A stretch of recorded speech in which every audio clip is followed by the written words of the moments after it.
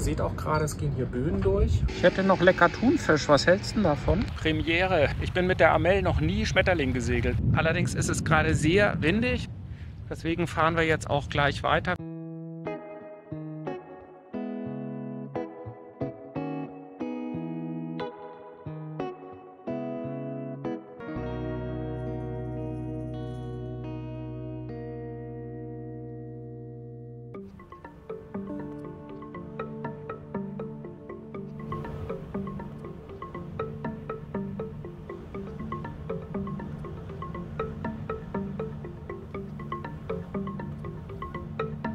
Wir liegen in Poros vor Anker. Ist eigentlich eine, man kann fast sagen, ringsum geschützte Bucht, also in die Richtung runter.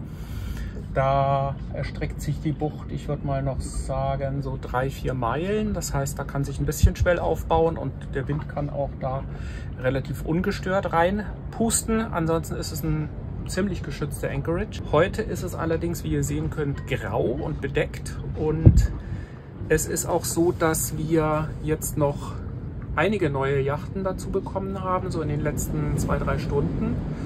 Ihr seht auch gerade, es gehen hier Böen durch, und vor uns liegt jetzt aktuell eine französische Yacht. Ziemlich teures Ding, ziemlich schönes Ding. Die sind vor ein paar Minuten erst reingekommen, haben dann nur Anker geworfen und die Maschine ausgemacht, also Anker nicht eingefahren. Und auf der anderen Seite liegt eine teure italienische Yacht. Sehr schickes Ding. Also je nachdem, wie wir schwören, haben wir entweder die Franzosen oder die Italiener vor uns. Die Italiener haben offensichtlich einen professionellen Skipper an Bord, der da recht gut guckt. Die Franzosen sind unter Deck verschwunden und überlassen ihr Boot sich selber. Wahrscheinlich Mittagsschlaf oder sowas. Also wir sind jetzt beide an Deck und gucken mal und halten die Augen offen, haben ringsrum Fender gehängt und die Solarpaneele abgeklappt und alles sturmsicher verzurrt, damit wir, wenn es denn wirklich losgehen sollte, wir handlungsfähig sind und dann nicht erst noch anfangen, irgendwelche Sachen zu fummeln. Vorne ist ein Kugelfender an Steuerbord, hinten ist ein Kugelfender an Backbord, jedenfalls einfach nur mal so festgebunden, damit wir ihn griffbereit haben. Ja, und jetzt mal gucken, vielleicht passiert auch gar nichts, aber besser vorbereitet, als dass man danach in Schwierigkeiten gerät.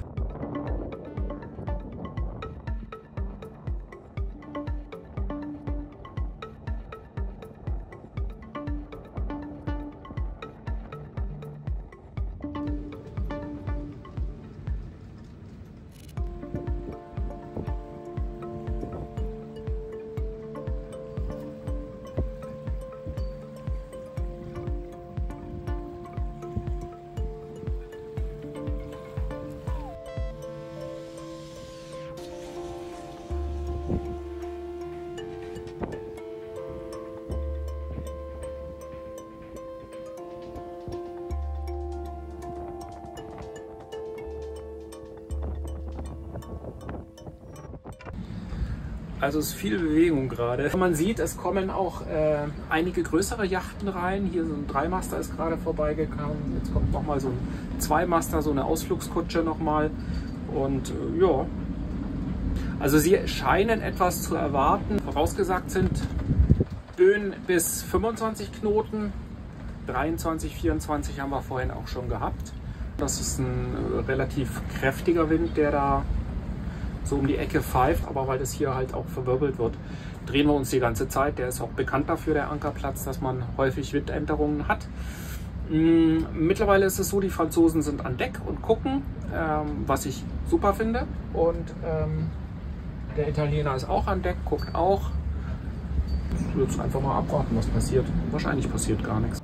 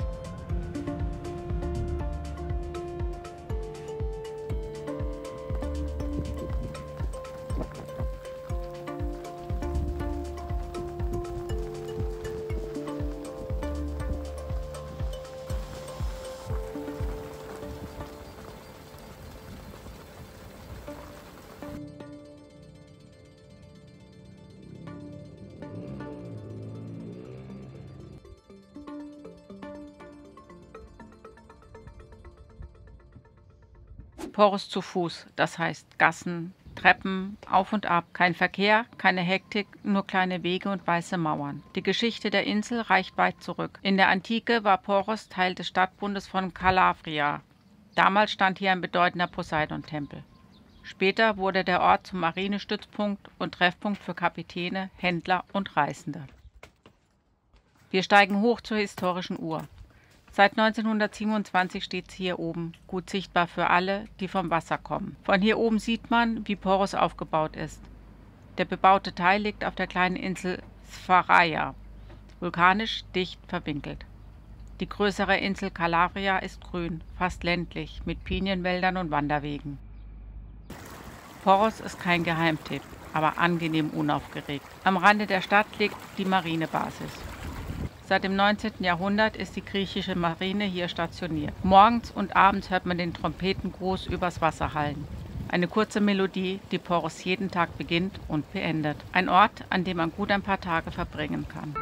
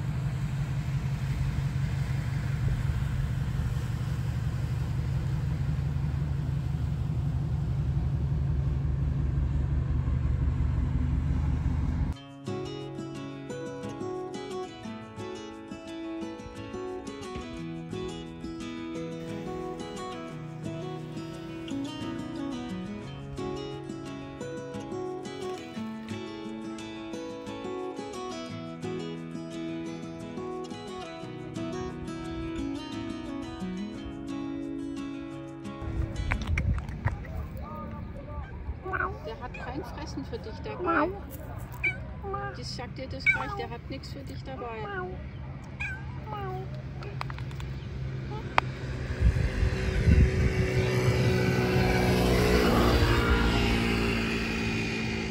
Ich hätte noch lecker Thunfisch. Was hältst du denn davon? Selbst gefangen. Findest du das gut? Magst du auf dem Boot leben? Hm?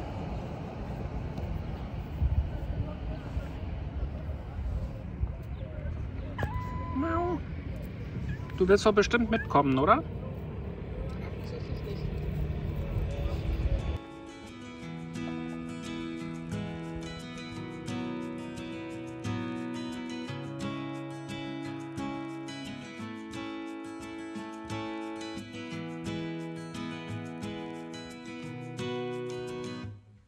Wir sind hier am sogenannten Russian Bay.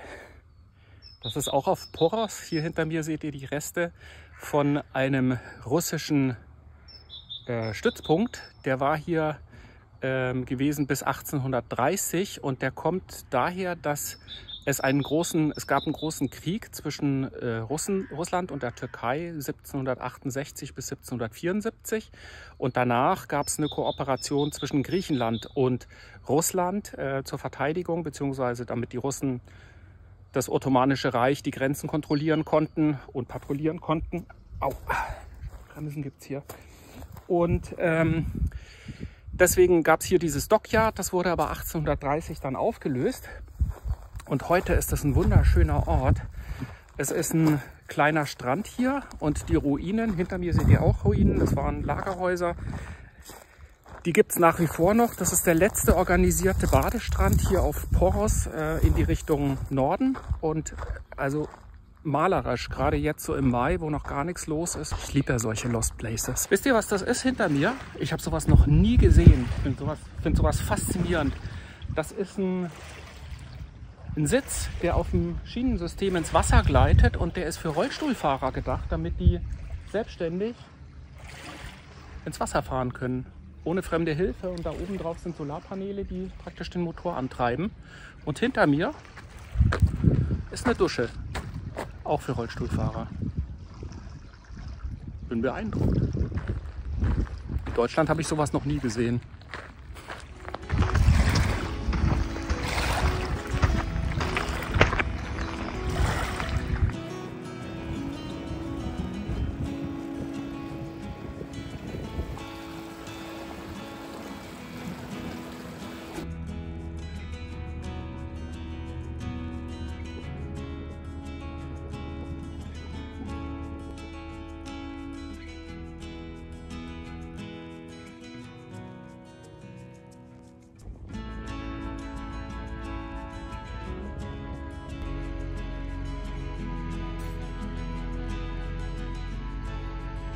Wir haben endlich Segelwind. Es hat heute lange gedauert, bis wir Wind bekommen haben. Wir mit so 12 Knoten fahren gute 5 Knoten und es sind alle Segel draußen, auch der Besan. Könnt ihr vielleicht sehen hinter mir. Und wir fahren jetzt in den Petalionischen Golf. Also wir sind auf dem Weg dorthin. Wir wollten eigentlich nach Kea, das wäre praktisch hinter euch sozusagen. Haben aber dann überlegt, oder festgestellt, dass der Wind die nächsten Tage eigentlich gar nicht zum Segeln reicht. Jedenfalls nicht für längere Strecken, weil er sehr schwach ist. Und deswegen haben wir uns jetzt kurzfristig entschlossen, dass wir in den Petalionischen Golf reinfahren, nach Megalonisos.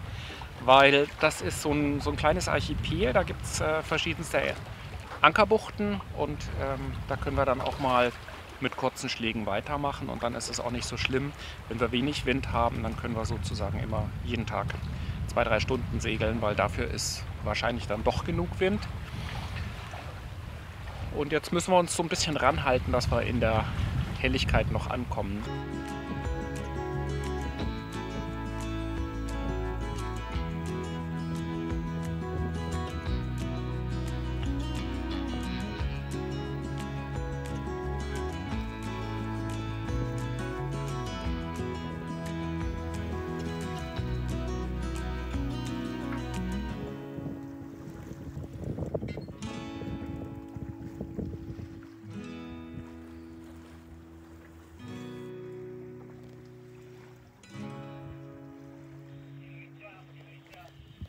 Einer meiner verzweifelten Versuche heute Morgen war ja, den Gennaker zu setzen. Und dabei muss ich irgendwie einen Fehler gemacht haben. Jedenfalls habe ich mir einen Schaden zugezogen. Da hat hier, diese Leine hat hier dran gescheuert und auch an diesem Gurt. Da innen drin ist es durchgescheuert. Das ist das erste Mal, dass ich den Easy Stitcher tatsächlich verwende. Den habe ich noch nie verwendet. Das ist diese Speedy Stitcher. Den habe ich noch nie verwendet, den habe ich mal irgendwann gekauft, nach dem Motto braucht man ja. Und mit Nadeln wäre das nicht gegangen, weil an der Stelle liegt schon 4 Lagen übereinander. Und jetzt mache ich nochmal 2 Lagen drauf. Und das hier ist der Speedy Stitcher. Das ist das gleiche Prinzip wie eine Nähmaschine. Also du fährst auch mit der Nadel durch und dann machst du eine Schlaufe und steckst den Rest des Benzels durch und ziehst es wieder zurück. Und so kommt die Naht zustande. So, jetzt ist er hier rausgekommen. Jetzt ziehe ich ein Stück zurück, dann macht er eine Schlaufe hier. Kann man jetzt schlecht sehen, ist auch ein bisschen wenig Faden dafür. So, jetzt macht er eine Schlaufe und zwar hier. Da ist eine kleine Schlaufe und da stecke ich jetzt wiederum das Ende durch. Und ziehen wieder zurück. So. Und schon haben wir wieder einen Stich gemacht.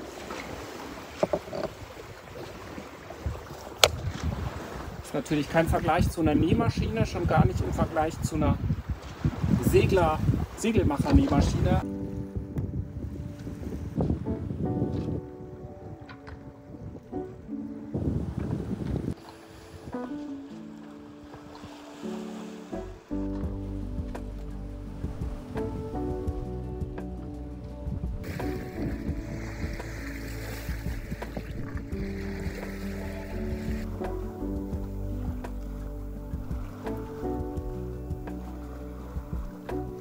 Premiere.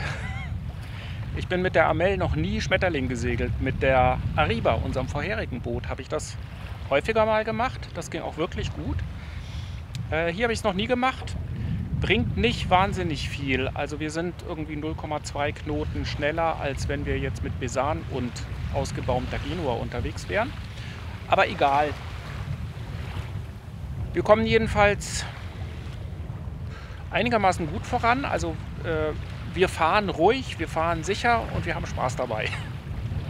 Das ist schon mal super, aber wir werden wahrscheinlich erst in der Dunkelheit ankommen. Wir haben den Kurs ganz anders gesteckt. Wir wollten ursprünglich hier vorne nach Kea, dann haben wir uns irgendwann umentschieden, haben gesagt, wir fahren hier in den Golf rein und Das, was wir jetzt vorhaben, ist halt ein bisschen weiter, weil wir jetzt 2 Tage wahrscheinlich gar keinen Wind haben und dann aber relativ starken Wind bekommen.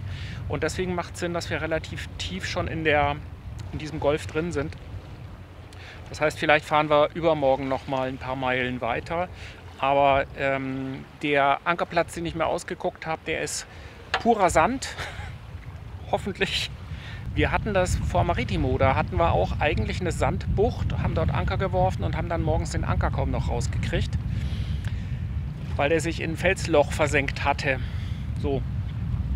Aber ich hoffe, dass das da in Ordnung geht. Jedenfalls machen wir das jetzt einfach. Wir fahren jetzt einfach weiter und hoffen, dass das dann passt.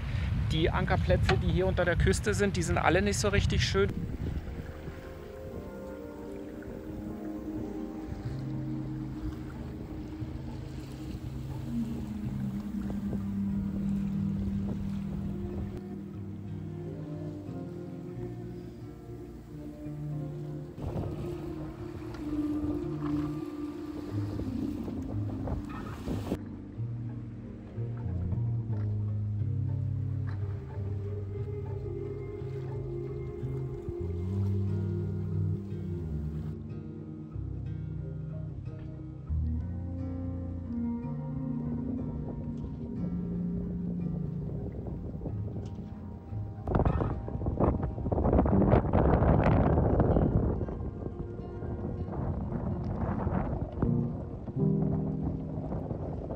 Wir sind hier gestern Abend noch eingelaufen. Ich weiß gar nicht, ob ihr was verstehen könnt. Es ist echt windig hier gerade.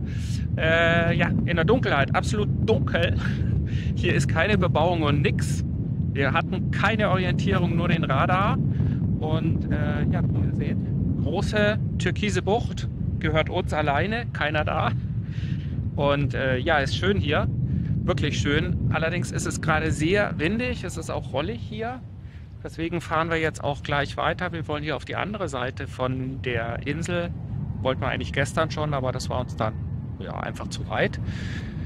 Das ist einmal um die Insel rum, vielleicht 5-10 Meilen, irgendwie sowas. Da ist so ein kleines Archipel, das soll ganz hübsch sein und da fahren wir jetzt hin.